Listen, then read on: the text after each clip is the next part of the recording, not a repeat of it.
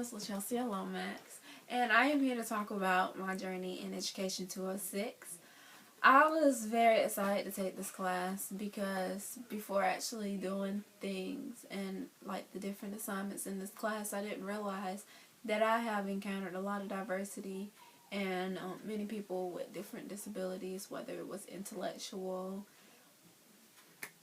physical, and emotional. And so I was very excited to learn about these things, but this class has really helped me because it actually showed me that I have, and there are different ways to handle different people like that.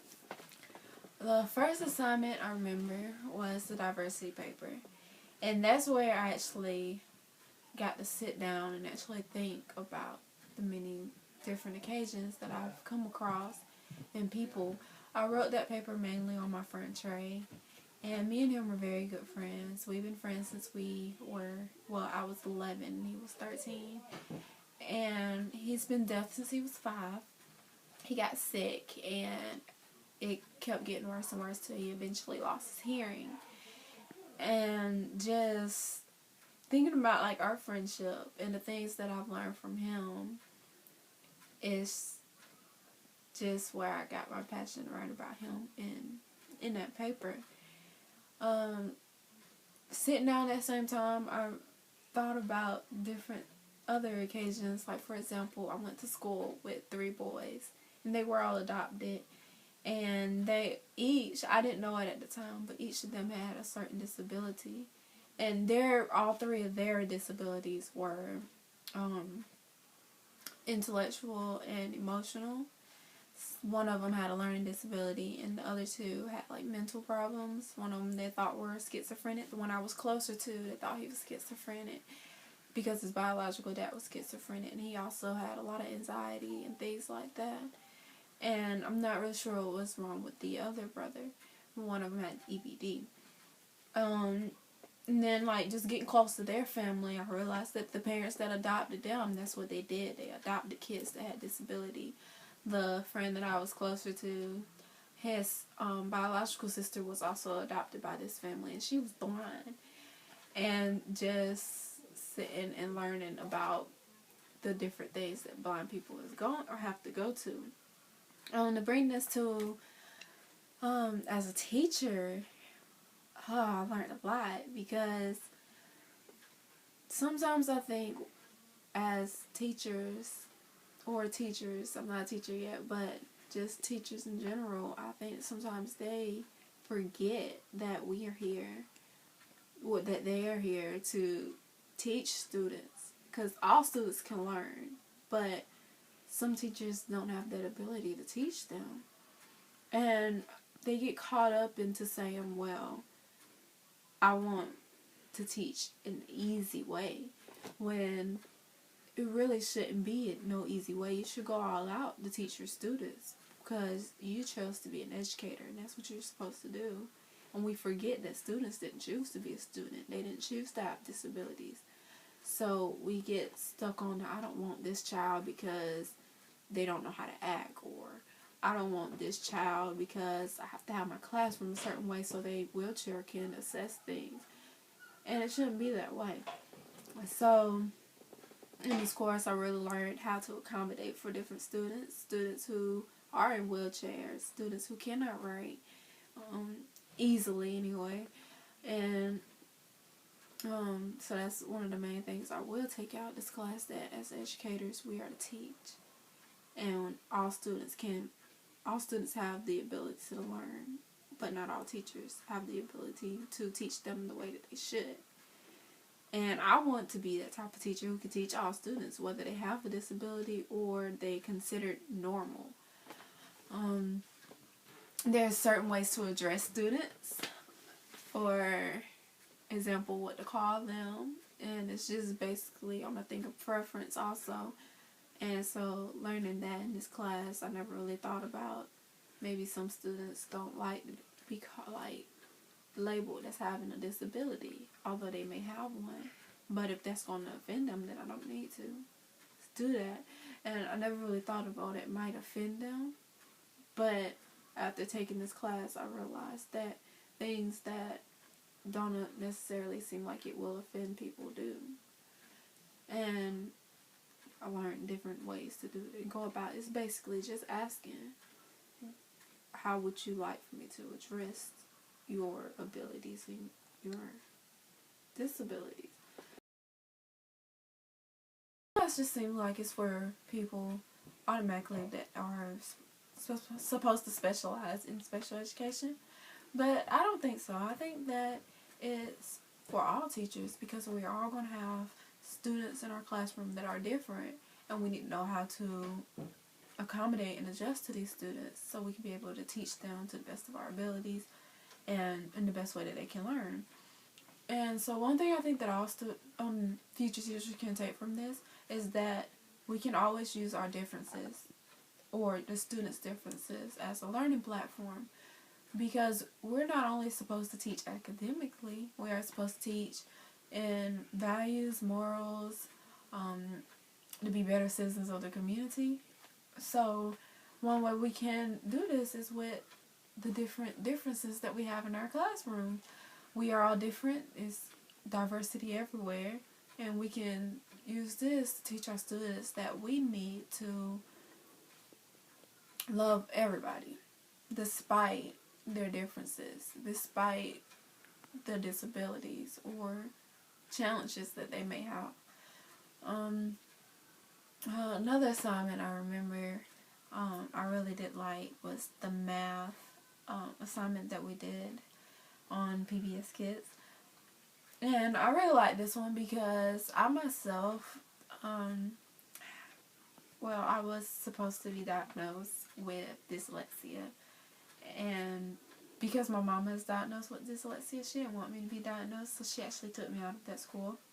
But before, I really didn't like how it was. I remember 2nd grade just crying because whenever we got on math, I couldn't do it, and I didn't feel like my teacher was trying to help me.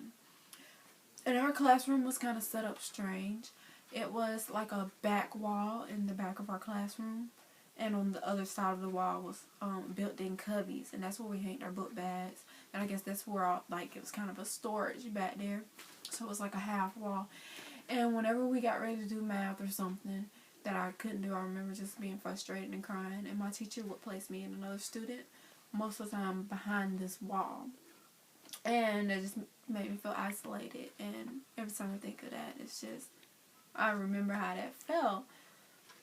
And so after trying to be diagnosed with everything, and also, I won't tell many people, but also teachers wanted to put me on Ritalin, just different stuff that when I was going to that school, they was trying to diagnose me with so much. And after being taken out of that school, after the 2nd grade, and being put into a private school, and the teacher really, really helped me. I got picked on a lot there, but it was different because, like I said, she knew how to teach me, and I just felt like she was teaching to me. She asked me to stay after, asked my mom, could I stay after school so she could help me? And it was other students, but at the time it just felt, it felt different, and I felt special because I'd never really gotten that care. And so in this class, I've also learned that there's different ways to teach students, and as a teacher, we have to teach these students in different ways. So I learned a lot of solutions and a lot of different strategies in teaching students. For example, I remember it was the math vocabulary strategy that we learned in one of the experts groups presentations. So it's just a lot of strategies and things that I've been contemplating on of how am I going to integrate this into teaching my students, because I will have some that won't be able to learn like the others or as easily as the others, whether they have a disability or not. So a lot of these things that I learned in this course are not just for students who are different, but students who are quote-unquote normal. It can help them too. Another thing is just discipline, class management. We didn't touch on it a whole lot, but I really learned a lot from he needs a little discipline module thing we did. It's just, sometimes that happens. We have to just think about what the things our students go through, because the student in that case study, his dad, I didn't really think that his dad really understood that he was ADHD, and that he wasn't going to act like all the kids. He wasn't going to be as disciplined as all the kids. And I think he took discipline a little far. Now, as a teacher, we have to know the balance also. We have to know that some students don't get the discipline that they need at home, whereas other students get over the discipline that we need. So as a teacher, we got to know how to balance that also. And to deal with the parents, because it's just not the students that we got to deal with. Although we're just there in our classroom, we have to deal with their parents and the things that their parents will, because some things that the parents won't allow us to do as teachers. And if that's not in our place to do what we're trying to do, then we have to go about a different way to make sure that student get what they need. I guess lastly, what I would touch on is our placements. I was at T.O. Hanna, and my placement was kind of different, I guess. I don't really know what to call it. It was a study skills classroom, and so it was students of different ages, and it was me and 3 other students from AU. Not all of them were in our class, but so we would come in basically and sit, and she would teach a little lesson. She called it a bell ringer, and then we would go into the library with our individual students. My individual students, because all the students in the classroom, they all had IPWs, and so the student that I worked with individually, he was on an IPW because he was dyslexic. He was a senior, and just, I guess, not knowing what to expect when I first got in there. You go in this classroom, and it's like, okay, these are regular students there, but then you learn they have learning disabilities or whatever it may be, and it's like, you really don't know because they're so smart. Like, for example, my student he was in a lot of honors classes. He struggled, working with him. I saw that he struggled with writing his letters backwards sometimes, or writing something. He wrote a couple of letters upside down before, but he was in AP statistics, and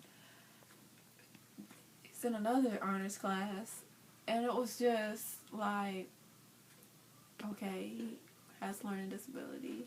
And a lot of people sit here and think that, because these students have learning disabilities, that they can't do nothing. But that's not the case, because just because they may struggle in one area don't mean they're not going to struggle in another one. Because like I said, these students were smart. They a lot of them didn't have very good social skills, but just observing them in a short period, you wouldn't have known. So that's another thing about labeling our students. I like it because we did not know what to expect, because I think if students, and not just me, but other students, they had to expect that, these students are on IPWs, they're learning disabilities, and the study skill, meaning that they're not, that automatically sends off the thing that they're not smart at all, or they need a lot of help. And that's not the case with these students. So I really enjoyed that experience. They made me laugh quite a lot. I tried to go quite a bit, and I really enjoyed that setting. The PSP, on the other hand, she was a little more difficult to deal with, but the students, I enjoyed them. Lastly, just what I got out of this class is everyone's different. Even us as future teachers and teachers who are teachers now, they're different too. So we have to know how, as a future teacher, you have to know how to incorporate things in our classrooms, and that will help all students learn, not just students with disabilities, but just all students. A lot of these strategies, like I said earlier, will help all your students, not just our quote unquote students with disabilities. So just learn to be the best teacher that I can be, and to be an effective teacher is to be able to teach all my students, no matter what the disability is.